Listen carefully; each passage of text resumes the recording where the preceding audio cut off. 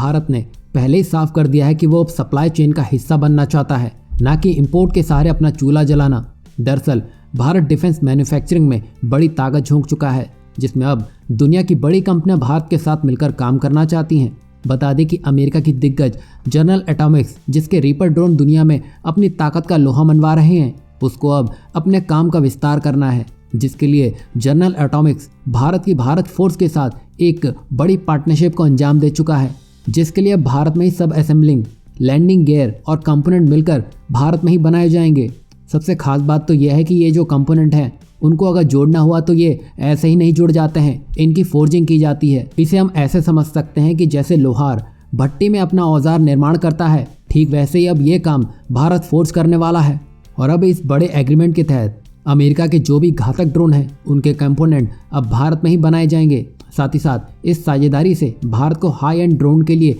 एक manufacturing ecosystem विकसित करने में भी मदद मिलेगी। वहीं फोर्जिंग के क्षेत्र में भारत फोर्स की विशेषज्ञता विश्व स्तर पर जानी जाती है। सबसे खास बात यह है कि इस साझेदारी से भारत को आत्मनिर्भर बनने में मदद मिलेगी। और जिस तरह भारत फौज अपने कदम आगे बढ़ाने में लगा है, अभी तो जिस तरह जनरल एटॉमिक्स का आना हुआ है, वो दिन दूर नहीं जब दुनिया की बड़ी बड़ी कंपनियां भारत का दरवाज़ा खटखटा रही होंगी, क्योंकि भारत ने जिस तरह अपना विकास किया है और अपने लिए नए रास्ते का निर्माण किया है, उसने दुनिया के देशों का ध्यान अपनी तरफ करने का बड़ा काम किया है, जिसका नतीजा यह है कि अब भारत दुनिया के बड़े बाजार में ड्रोन के कंपोनेंट की सप्लाई का बड़ा काम करेगा।